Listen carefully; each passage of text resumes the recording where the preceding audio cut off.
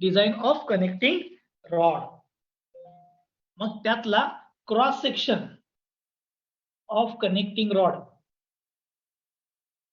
आपल्याला बघायचं आहे. परवा दिवशी आपण cross section of connecting rod बघितला होता, बरोबर आहे काय?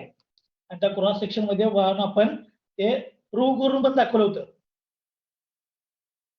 आता त्याचं जे डिझाईन आहे, जे ऍक्च्युअल जे डिझाईन प्रोसिजर आहे ती मला बघायची आहे. त्यासाठी मी इथं काय करतो, एक आयसी इंजिन जे आपलं एक मेकॅनिझम ड्रॉ करतो. हा स्लाइडर आहे, कनेक्टिंग रॉड, आणि हा तुमचा क्रँक. ठीक आहे, म्हणजे व्हर्टिकली इंजिन घेतले.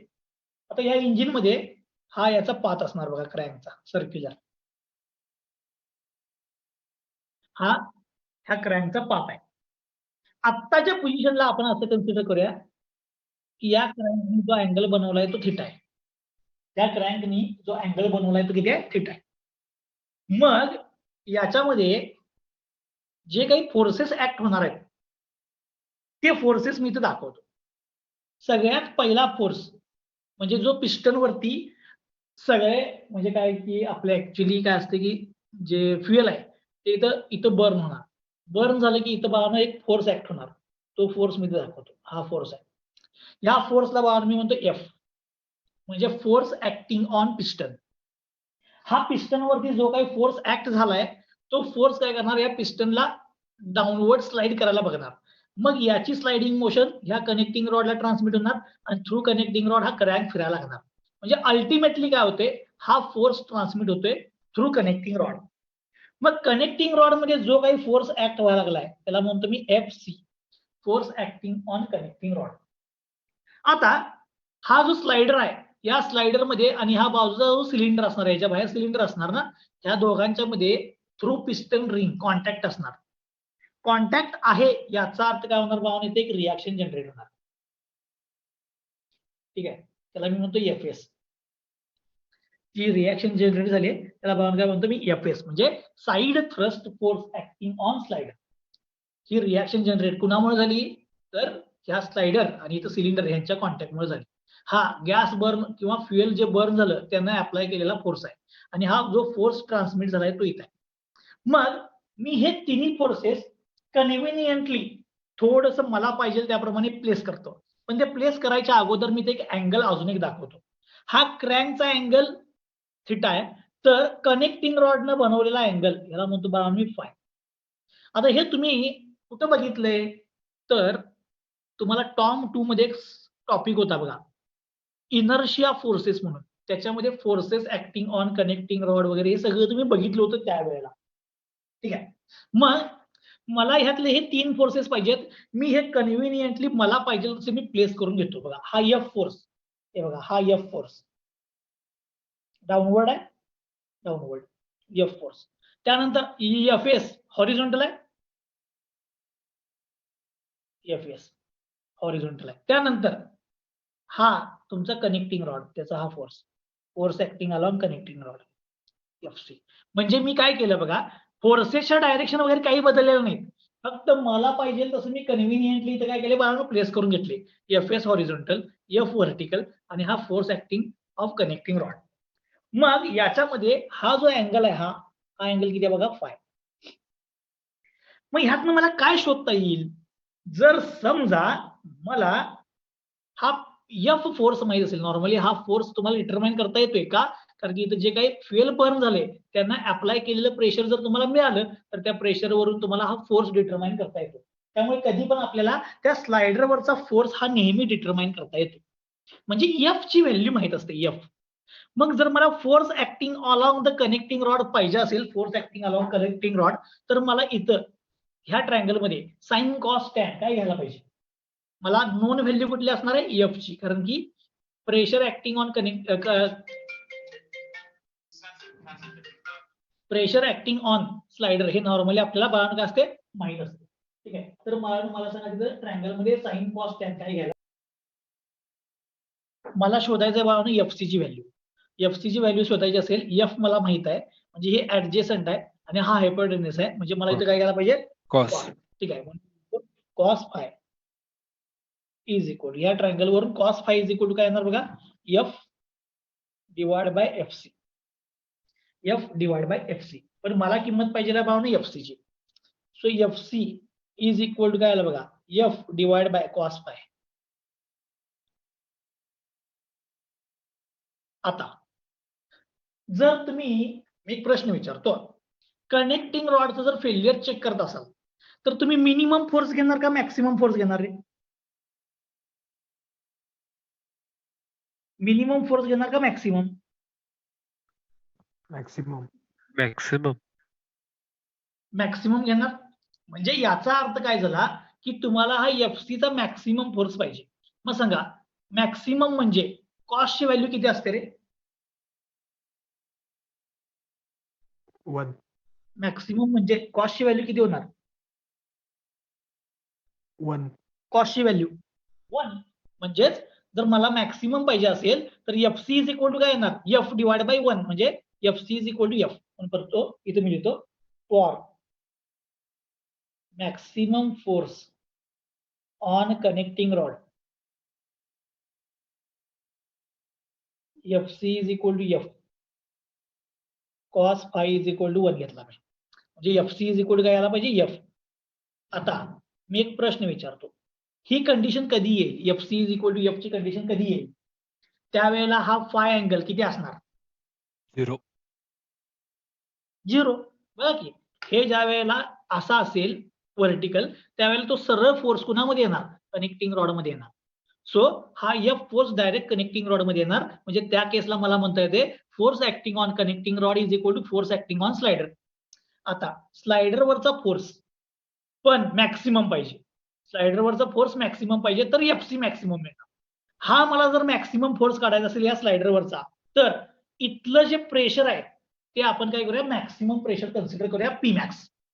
तर एफ ची किंमत मला काय लिहिता येईल बघा F C is equal to F is equal to मी तुम्हाला आधीच म्हणलं इथं बर्न झालं फ्युएल तर इथं प्रेशर अप्लाय होणार म्हणजे इथं प्रेशर अप्लाय झाले तर प्रेशर त्याला म्हणतो मी P max pressure into force पाहिजे ना. प्रेशर इज इक्वल टू काय असतो रे? Pressure is equal to force divide by area. Pressure is equal to काय असतोय फोर्स डिवाइड बाय एरिया. तर फोर्स इज इक्वल टू काय येणार? Pressure into area. म्हणजे मला काय करायला पाहिजे pressure into area of piston करायला पाहिजे. का? कारण की हे जे प्रेशर ऍक्ट होणार इथं ते या पिस्टन वरती ऍक्ट होणार ना इथं. म्हणजे हा पिस्टनचा एरिया घ्यायला पाहिजे. हा पिस्टन सर्क्युलर असणार याचा टॉप त्यामुळे पिस्टनचा एरिया घ्यायला पाहिजे. सांगा पिस्टनचा एरिया काय येणार? पाय बाय 4 पिस्टनचा area pi by 4 D square.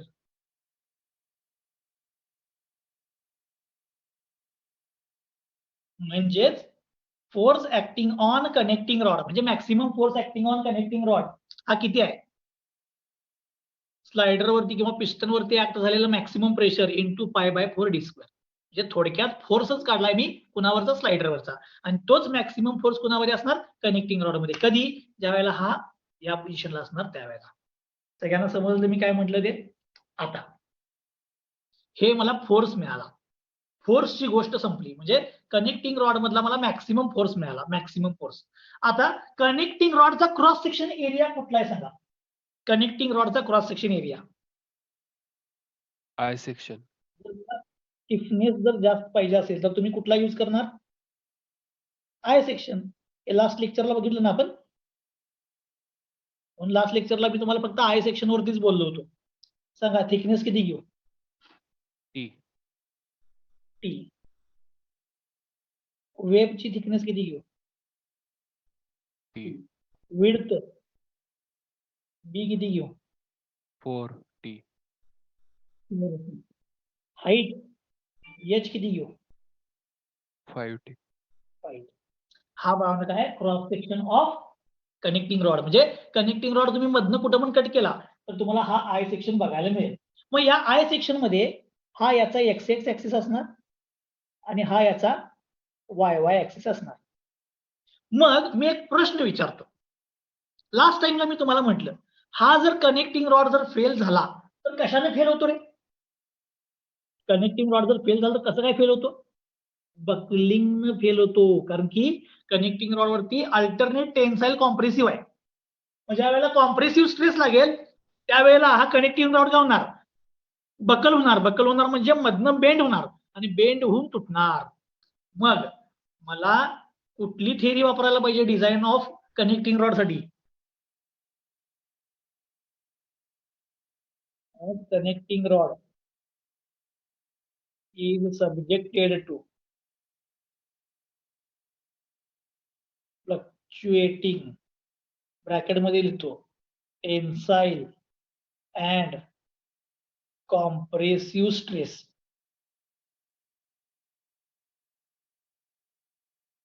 When it is subjected to compressive stress, possibility of buckling is more. म्हणजे ज्या वेळेला तो कॉम्प्रेसिव्ह स्ट्रेसला सब्जेक्टेड असेल त्यावेळेला हा बकलिंग न फेल व्हायची पॉसिबिलिटी जास्त आहे. म्हणजे मला आता सॉम मधला बकलिंगचा फॉर्म्युला वापरायला पाहिजे. सांगा बकलिंगची थिअरी कुठली होती? बकलिंग कुठं होतं? कॉलम कुठला वापरत होता? युलर्स फॉर्म्युला आणि रँकाइन्स फॉर्म्युला, बरोबर आहे काय? युलर्स फॉर्म्युला किंवा रँकाइन्स फॉर्म्युला. त्यातला युलर्स फॉर्म्युला फक्त तुम्ही बकलिंगला वापरत होता, लॉंग कॉलमला, आणि रँकाइन फॉर्म्युला बकलिंगलाच वापरत होता, पण तो लॉंगला पण ऍप्लिकेबल होता आणि शॉर्टला पण ऍप्लिकेबल होता. मग कनेक्टिंग रॉड शॉर्ट आहे हे लॉंग आहे, त्याप्रमाणे तुम्ही थिअरी बदलणार आहे का? नाही. तो कसाही येऊ दे, शॉर्ट येऊ दे नाही तर लॉंग येऊ दे, आपल्याला फॉर्म्युला एकच पाहिजे. त्यामुळे मी फॉर्म्युला कुठला वापरणार? रँकाइन्सचा. काय मी म्हणतो by using Rankine's formula. Rankine's formula वापरतो. सांगा रँकाइन्सचा फॉर्म्युला आठवते काय? FCR is equal to sigma C into A divide by 1 plus alpha L by K चा स्क्वेअर. रँकाइन्सचा फॉर्म्युला दिला मी. Actual crippling load is equal to compressive stress into cross section area divided by 1 plus alpha Rankines constant L by K म्हणजे slenderness ratio चा square. L म्हणजे effective length आणि K म्हणजे radius of gyration. आता मग तुम्ही सांगा मला, हा जो एरिया असतो एरिया हे लास्ट टाइमला तुम्ही डिटरमाइन केलं होतं, तुम्हाला म्हणलेलं बघा मी, हे एरिया तुम्हाला प्रॉब्लेम सॉल्व्ह करताना लागणार आहे. एरिया किती आला होता? 11t square. एरिया किती आला? 11t square. हे काल लास्ट टाइमच्या ह्याच्या लेक्चर मध्ये मी सांगितलेलं बघा, IXX IYY काढलेलं त्यावेळेला. आणि अजून एक किंमत काढलेली KXX. हा K म्हणजे काय असते? XX अबाउट ऍक्सिसच्या अबाउटचा रेडियस ऑफ गायरेशन. याची पण किंमत तुम्हाला मी डिटरमाइन करून दिली 1.78t. ठीक आहे. त्यामुळे हे जे आहे ह्या दोन गोष्टी ह्या कुठून आणल्यात मी? लास्ट लेक्चर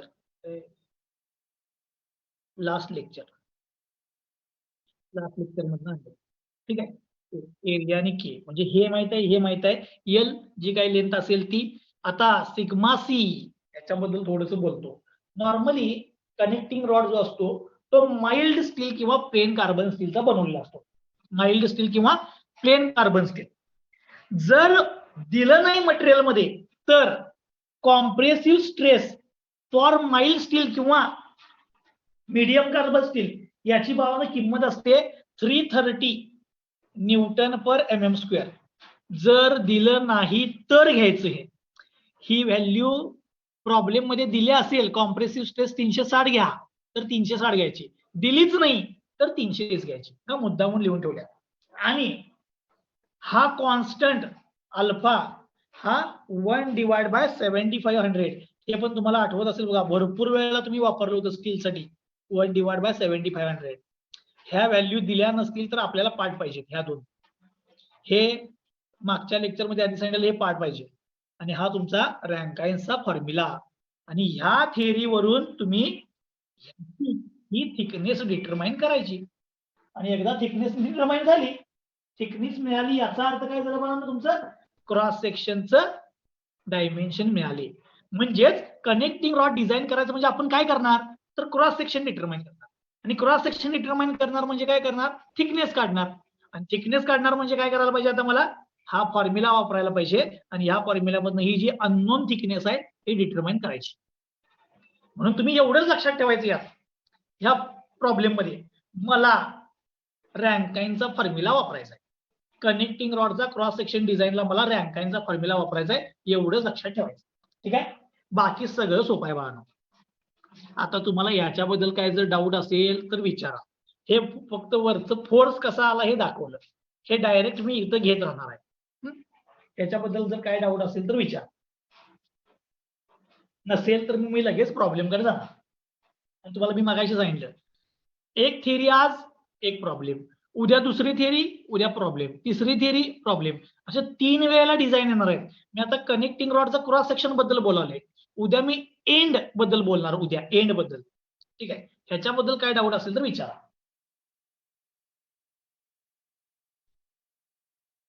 काय डाऊट नाही, काय जुनाच फॉर्म्युला वापरलाय, फक्त या गोष्टी मागच्या वेळेला सोडवलेल्या त्या डायरेक्ट लिहिलेत. ओके, प्रॉब्लेम सॉल्व्ह करूया. चलो बाळांनो, प्रॉब्लेम लिहून घ्या त्याचा.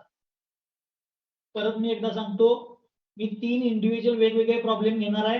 या 3 मधला कुठला तर एक किंवा सगळ्यांचा कंबाईन. प्रॉब्लेम बाळांनो एकदम सोपा असतो.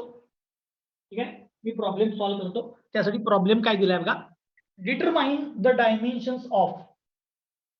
ठीक आहे, मला डायमेन्शन्स बाळांनो काय करायला सांगितलं, डिटरमाइन करायला सांगितलं of a cross section. Cross सेक्शनचे कुणाच्या, ऑफ कनेक्टिंग रॉड, कनेक्टिंग रॉडचे क्रॉस सेक्शन. आय सेक्शन घ्यायचा, त्यातला टी शोधायचा, एवढं लक्षात ठेवायचं. टी ची किंमत काढायची. कुठं, for a diesel engine with the following data. आणि काय काय दिले बघा, सिलेंडर बोर. सिलेंडर बोर किती दिले, सिलेंडर बोर म्हणजे पिस्टनचा आउटर डायमीटर, म्हणजे सिलेंडर बोरचा सिलेंडरचा इनर डायमीटर 100. माईक ऑफ करा. ठीक आहे, मला डी मिळाला बघा 100 mm. त्याच्यानंतर पुढे बघा काय सांगितले, length of connecting rod, L दिला, L length of connecting rod. तर लेंथ ऑफ कनेक्टिंग रॉड किती दिले बघा मला, 350 mm, 350 mm. त्याच्यानंतर गॅस प्रेशर दिले maximum, P max. Gas pressure दिले 4 मेगापास्कल, म्हणजे 4 न्यूटन पर mm² दिले. And factor of safety is 6. आता तुम्ही म्हणणार मगाशी कुठंच फॅक्टर ऑफ सेफ्टी आलं नव्हतं आणि आता एकदम कुठनं मास्तरनं फॅक्टर ऑफ सेफ्टी आणला. सांगतो, एक 5 मिनिटांनी सांगतो फॅक्टर ऑफ सेफ्टीचा यूज काय आहे. मला क्रॉस सेक्शन जर डिटरमाइन करायचा असेल, क्रॉस सेक्शन, तर बाळांनो माझा एक प्रश्न आहे. हा बघा, क्रॉस सेक्शन जर डिटरमाइन करायचं असेल तर ह्या फॉर्म्युल्यामध्ये मला काय काय माहित असायला पाहिजे ह्या फॉर्म्युल्यामध्ये. आणि हा फॉर्म्युला आहे ना तुमचा रँकाइन्सचा, हा FCR म्हणजे काय रे, ऍक्च्युअल क्रिपलिंग लोड. आता ऍक्च्युअल क्रिपलिंग लोड जरासं मी काय म्हणतोय बघा, डिझाईन करताना कनेक्टिंग रॉडचा लोड आणि ऍक्च्युअल क्रिपलिंग लोड, म्हणजे ह्या कनेक्टिंग रॉड मध्ये जो लोड असणार तोच क्रिपलिंग लोड असणार ना. पण माझा प्रश्न काय बघा, FC आणि FCR. FC म्हणजे काय, कनेक्टिंग रॉड मधला फोर्स, आणि FCR, या दोन्हीपैकी कोण छोटा आणि कोण मोठा असायला पाहिजे. FCR मोठा असायला पाहिजे. FCR हा मोठा असायला पाहिजे, एकदम बरोबर. आता FCR हा काय असायला पाहिजे, मोठा असायला पाहिजे. आणि FC तुमच्या कनेक्टिंग रॉड मध्ये आलेला फोर्स हा त्या ऍक्च्युअल क्रिपलिंग लोड पेक्षा काय असायला पाहिजे, कमी पाहिजे. ठीक आहे, म्हणजे FC तुमचा कमी पाहिजे, FCR हा मोठा पाहिजे. म्हणजे डिझाईन करताना डिझाईनचा फोर्स जास्त पाहिजे, फेल्युअर म्हणजे त्या फोर्स पर्यंत आपण पोहोचणारच नाही. ठीक आहे, म्हणजे FCR क्रिपलिंगचा लोड 100 आहे समजा आणि तुमच्या कनेक्टिंग रोड मध्ये फोर्स 80 आहे, तर ते फेल होईल काय, होणार नाही, तर तुम्ही 100 पर्यंत पोहोचलाच नाही. त्यामुळे FC ला फॅक्टर ऑफ सेफ्टीने मल्टिप्लाय करायचं, तुम्हाला FCR मिळतो. म्हणजे समजा लोड इथे 100 आहे आणि तुम्हाला फॅक्टर ऑफ सेफ्टी 2 घ्यायला सांगितलं, म्हणजे तुम्ही डिझाईन कितीला करणार, 200 ला करणार. त्यामुळे हा ऍक्च्युअल क्रिपलिंग लोड हा तुमच्या FC वरती डिपेंड असतो. पण पहिल्यांदा force acting on connecting rod शोधूया या फॉर्म्युल्याने. लिहितो, force acting on connecting rod मधला force FC is equal to, आता मगाशीच आपण शोधले, कसं काढणार, maximum pressure into π/4d². Pressure किती दिले बघा मला, 4 मेगापास्कल, 4 इंटू π/4, डायमीटर किती दिला बघा मला, 100चा स्क्वेअर. हा तुमच्या कनेक्टिंग रॉड मधला फोर्स आला.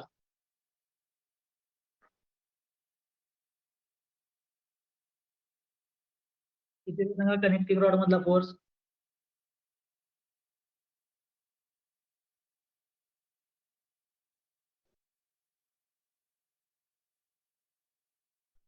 31415.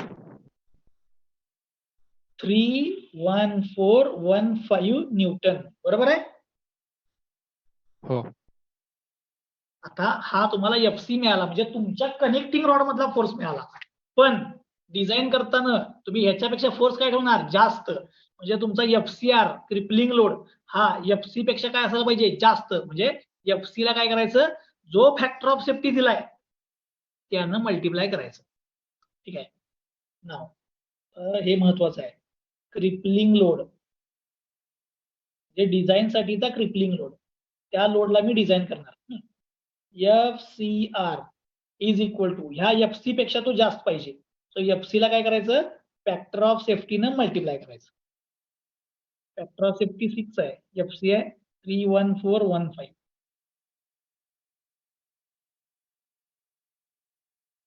किती ते सांगा.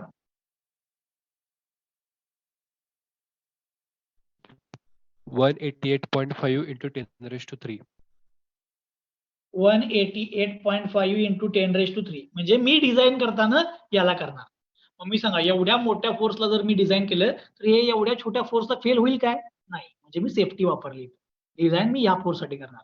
ओके, हा तुमचा FCR आला. आता मी परत मागे जातो, रँकाइन्स फॉर्म्युल्यामध्ये मला FCR मिळाला. FCR आता तुम्हीच सांगा, FC दिलाय, सिग्मा C दिलाय का तुमच्या प्रॉब्लेम मध्ये, सिग्मा C नाही द्यायला. दिलेला नाही. मग मी तुम्हाला म्हटलं, दिला नसेल तर किती घ्यायचा, 330, दिलेला नसेल तर 330. एरिया 11t², हे मागच्या लेक्चरला आपण केलं होतं, याचा एरिया काढला होता 11t². अल्फा दिला नसेल तर 1/7500 माइल स्टील साठी, म्हणजे मीडियम कार्बन स्टील साठी. आता जरा लेंथ बघा, ही इफेक्टिव्ह लेंथ आहे. हा तुमचा कनेक्टिंग रॉड आहे. या कनेक्टिंग रॉड मध्ये इथं पिन आहे, इथं पण पिन आहे, म्हणजे हे पिन जॉईंटेड आहे बघा, दोन्ही एंड हे जे पिन जॉईंटेड आहे. म्हणजे पहिली केस आठवत असेल तर बघा, कनेक्टिंग आपण कॉलम मध्ये 4 एंड कंडिशन घेत होतो, दोन्हीला एंड कंडिशन काय, पिंड आहे. पिंड म्हणजे काय, हिंज्ड. तर या केसला आपण काय करत होतो बाळांनो, effective length is equal to काय असायचा, डायरेक्ट ऍक्च्युअल लेंथ असायची. त्यामुळे तुमची effective length is equal to काय, ऍक्च्युअल लेंथ, ती पण दिलेली आहे. राहिला फक्त काय, KXX टू इथं आहे 1.78. म्हणजे मला सगळ्या किमती माहिती आहेत, फक्त आता मी फॉर्म्युल्यामध्ये पुट करणार आहे. By using Rankine's formula. जर लक्ष द्या, पुढे कॅल्क्युलेशन आता लई कॉम्प्लिकेटेड होत जाणार आहे. FCR is equal to sigma C into A divide by 1 plus alpha L/K चा स्क्वेअर. ज्या किमती माहित आहेत ते पुट करा. FCR 188.5 इंटू 10⁻³ सिग्मा C दिला नसेल तर तुम्हाला मी आधी सांगितलं किती घ्यायचा, 330. एरिया किती घेऊ सांगा, area 11t² divide by 1 plus alpha 1 divide by 7500 into L divide by K. आता जरा लक्ष द्या, हे न्यूटन मध्ये आहे, हे न्यूटन मध्ये आहे, हे पण न्यूटन मध्ये आहे, सगळं घेतलंय. म्हणजे मला आता L बाय K, L आणि K हे कशामध्ये घ्यायला पाहिजेत मला आता, L आणि K च्या व्हॅल्यू MM मध्ये पुट केल्या तरी चालतील, ठीक आहे, किंवा मीटर मध्ये घेतलं चालेल. MM मध्ये पुट करूया आपण, बाकीचं कुठे लेंथचा काय संबंध आलेला नाही. लेंथ किती दिला बघा तुम्हाला, 350. त्यामुळे डायरेक्ट मी ती MM मध्ये पुट करतो, 350 डिवाइड बाय K माहित नाही मला, KXX चा फॉर्म्युला माहित आहे आपल्याला, सांगा KXX चा फॉर्म्युला. 1.78 t. 1.78 टी. म्हणून तुम्हाला मी लास्ट टाइमला म्हटलं होतं बघा, हे लक्षात ठेवायचं आपल्याला. 1.78 टी या सगळ्याचा स्क्वेअर. आता हे सॉल्व्ह करू. इथं जरा सिम्प्लिफाय करतो पहिल्यांदा इथं, ठीक आहे, आणि मग नंतर पुढच्या पेजवर जातो. आता घोळ आहे, मस्त आहे. 188.5 into 10⁻³ is equal to 330 into 11 किती आहे ते सांगा. 330 into 11 3630. किती? 3630. 3630 टी स्क्वेअर. हे मल्टिप्लिकेशन करून दिलं T square divide by 1 plus. आता लक्ष द्या, हे मला सॉल्व्ह करून सांगायचं बघा. लक्ष द्या, इथे किती आहे रे? 350 चा स्क्वेअर डिवाइड बाय 7500 इंटू 1.78 चा स्क्वेअर. मी सांगतो तसं करा. 350 चा square divide bye 350 square divide bye 7500 into 1.78 चा स्क्वेअर. 5.16. 5.16. हे सॉल्व्ह केलं सगळं 5.16 झालं, आणि हा डिवाइड बायचा टी तसाच राहणार. 5.16 आणि डिवाइड बायला हा टी पुढे त्याचा काय येणार? स्क्वेअर. टीचा स्क्वेअर, टी स्क्वेअर. आता थोडा अजून सिम्प्लिफाय करतो. हे 3630 मल्टिप्लिकेशन मध्ये देतं, इकडे आणून डिवाइड करा, इकडे आणून डिवाइड करा. तो 188.5 into 10⁻³ divide by 3630 is equal to, इकडे लक्ष द्या बाळांनो, हा न्यूमरेटरचा टी स्क्वेअर तसाच ठेवतो. इथं बघा, याचा डिनॉमिनेटर मी सेम करून घेतो, म्हणजे इथं T square divide by T square करतो. So T square divide by T square plus 5.16 divide by T square. समजलं मी काय केलं? 1 ला लिहिलं T square divide by T square, म्हणजे ह्या डिनॉमिनेटरचा डिनॉमिनेटर मी सेम केला. हा डिनॉमिनेटरचा डिनॉमिनेटर म्हणजे काय होणार रे? न्यूमरेटर, जी वरती किती झालं? t⁻⁴. हा कॉमन आहे बघा, हा कॉमन टी स्क्वेअर झाला, एक तो वर गेला t⁻⁴. T square into T square t⁻⁴ divide by T square plus 5.16. हे सॉल्व्ह करून सांगा किती येते? 51.93. 51.93. आता मला इक्वेशन 1 मिळाले, हे इकडे मल्टिप्लाय करा, हे इकडे घ्या. 51.93 into T square plus 5.16 is equal to t⁻⁴. आता हे आत मल्टिप्लाय करतो आणि तिकडे घेऊन जातो. सो t⁻⁴ ही टर्म तिकडे घ्या. 51.93 टी स्क्वेअर आत मल्टिप्लाय केलं आणि तिकडे घेऊन गेलो, मायनस झालं. 51.93 इंटू 5.16. 51.93 इंटू 5.16. 268. 268. नाही, चुकलं हा. काहीतरी.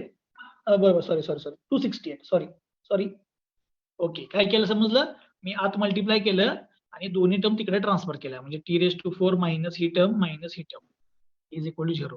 आता इक्वेशन आले क्वाड्रॅटिक आहे, पण इथं लिहितो मी put T square is equal to X, म्हणजे सिम्प्लिफाय होईल जरा. टी स्क्वेअरची किंमत x टाका, म्हणजे हे एक्स स्क्वेअर झाला, minus 51.93 X minus 268 is equal to 0. ठीक आहे, म्हणजे r⁴ चा स्क्वेअर केला रे. T square is equal to X. आता हे इक्वेशन सॉल्व्ह करा. तर सॉल्व्ह करणार क्वाड्रॅटिक इक्वेशन आहे. एक्स इज इक्वल टू काय येणार? Minus B plus minus root B square minus 4ac divide by 2a. सगळ्या किमती पुट करू काय? पुट करतो, लक्ष द्या. मायनस बी म्हणजे 51.93 मायनस मायनस काय झाला? प्लस. हा ए, हा बी आणि हा C, plus minus root B square 51.93 चा स्क्वेअर मायनस 4 इंटू ए किती आहे बघा 1, इंटू सी बघा किती आहे 268, पण तो मायनस असल्यामुळे इथं प्लस झालं, डिवाइड बाय, हे मल्टिप्लिकेशन रूट मध्येच आहे, डिवाइड बाय 2 इंटू ए ची किंमत किती आहे 1. सॉल्व्ह करा, x ची तुम्हाला 2 आन्सर मिळतील, एकदा प्लस घेऊन एकदा मायनस घेऊन.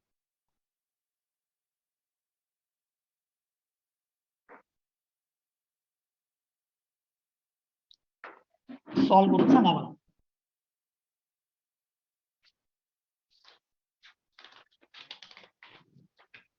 प्लस घेतल्यावर 56.66 येते. किती आलं? 56.66 प्लस घेतल्यावर. प्लस घेऊन. ओके, मायनस घेऊन सांग. मायनस 4.73.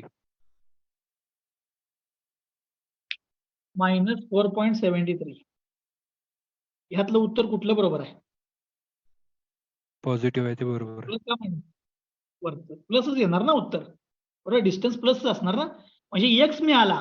पण एक्स म्हणजे काय तुमचा इथं? एक्स म्हणजे काय? T square. मग मी आता खाली येतो,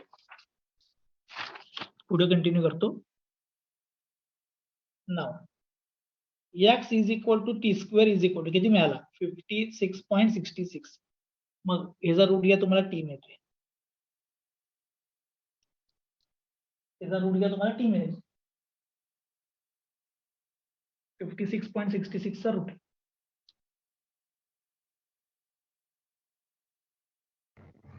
$7.52.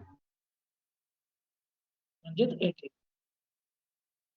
म्हणजेच मला टी मिळाला. क्रॉस सेक्शन कुठे होता दाखवतो, लक्ष द्या. हा क्रॉस सेक्शन, या क्रॉस सेक्शनचा हा टी, म्हणजे हा टी तुम्हाला किती मिळाला?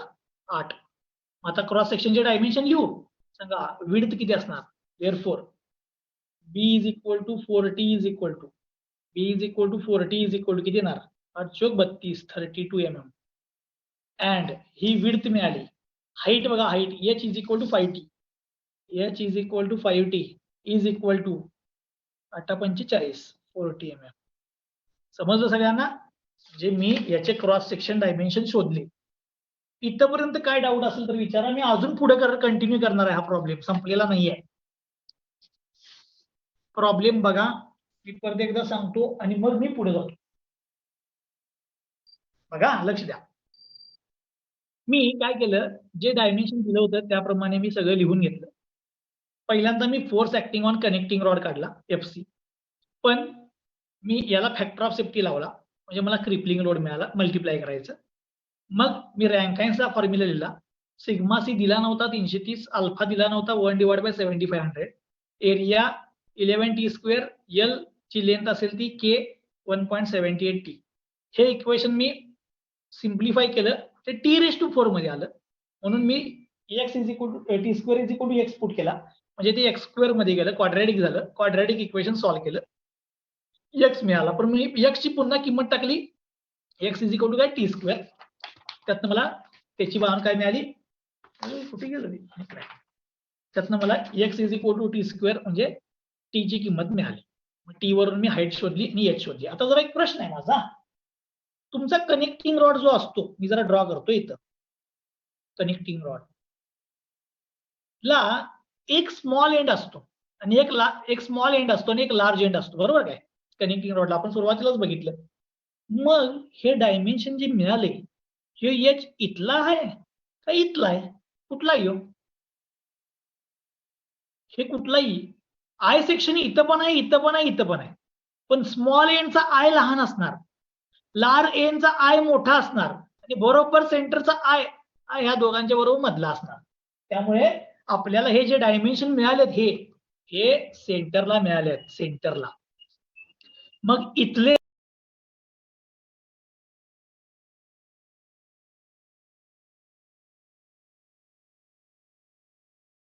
डिटरमाइन करायचे. परत एकदा सांगतो बघा, मी काय म्हटलं, तुम्ही इथं गेला तरी क्रॉस सेक्शन आयच आहे, इथं गेला तरी क्रॉस सेक्शन आयच आहे, इथं गेला तरी क्रॉस सेक्शन आयच आहे. पण हा स्मॉल एंड आहे म्हणजे हे लहान आहे हाईटला, हा लार्ज एंड म्हणजे हा हाईटला मोठा आहे. मग ह्याची विड्थ जी आहे इथं इथं इथं तिन्ही ठिकाणी सेम राहते, पण हाईट इथं कमी आहे. इथं जर जास्त आहे, इथं सगळ्यात जास्त आहे. त्यामुळे तुम्हाला जी हाईट मिळाली असते कॅल्क्युलेशन मध्ये, ती मीन म्हणजे सेंटरची मिळालेली असते. मग स्मॉल एंड आणि लार्ज एंडची हाईट हे आपण डिटरमाइन करायची असते. म्हणून मी इथे लिहितो, width of cross section at small end, comma centre and large end remains same but height of cross section changes to height of cross section changes to. आता लक्ष द्या, इथल्या हाईटला मी म्हणतो h1, सेंटरला म्हणतो मी h, आणि इथल्या हाईटला म्हणतो h2. स्मॉल एंडला h1, सेंटरला h आणि लार्ज एंडला h2. फक्त हाईट काढायची मला. आता ही हाईट कशी काढायची सांगतो.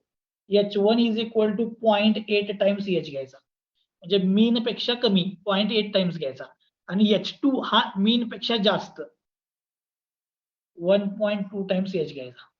ठीक आहे, म्हणजे इथं जास्त घ्यायचा, इथं कमी घ्यायचा. इथं 0.8 टाइम्स, इथं 1.2 टाइम्स.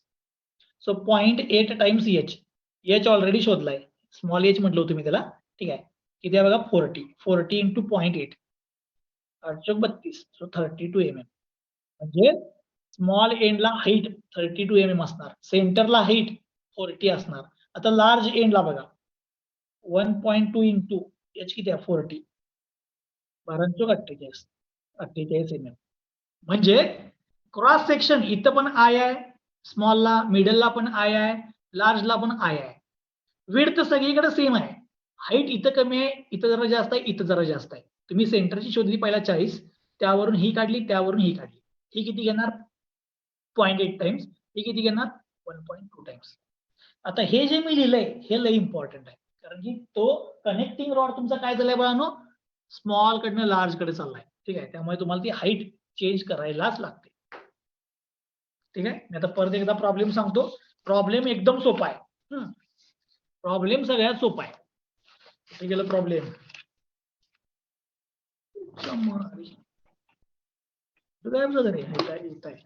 सॉरी. बघा मी काय केलं, एकदम सोपं. पहिल्यांदा कनेक्टिंग रॉडचा फोर्स काढला, प्रेशर इंटू एरिया. त्यानंतर क्रिपलिंग लोड कसा काढायचा, त्याला फॅक्टर ऑफ सेफ्टीने मल्टिप्लाय करायचं, क्रिपलिंग लोड मिळते. रँकाइन्स फॉर्म्युल्यामध्ये सगळ्या किमती पुट करायच्या, इक्वेशन सॉल्व्ह करायचं, थिकनेस मिळवायची. ठीक आहे, इक्वेशन सॉल्व्ह करून थिकनेस मिळवायची. थिकनेस मिळवलं तर त्याची हाईट आणि विड्थ मिळवायची, आणि ही हाईट विड्थ तुम्हाला सेंटरची मिळते, सेंटरला. मग स्मॉल एंडला हाईट कमी व्हायला पाहिजे, लार्ज एंडला हाईट वाढायला पाहिजे. मग त्यावरून स्मॉल एंडची हाईट 0.8 टाइम्स h घ्यायची, आणि लार्ज एंडची हाईट 1.2 टाइम्स h घ्यायची, आणि इथं तुमचा क्रॉस सेक्शनचा प्रॉब्लेम संपला. आता बाबा ह्या क्रॉस सेक्शनच्या प्रॉब्लेम मध्ये काय डाऊट असला तर विचारा.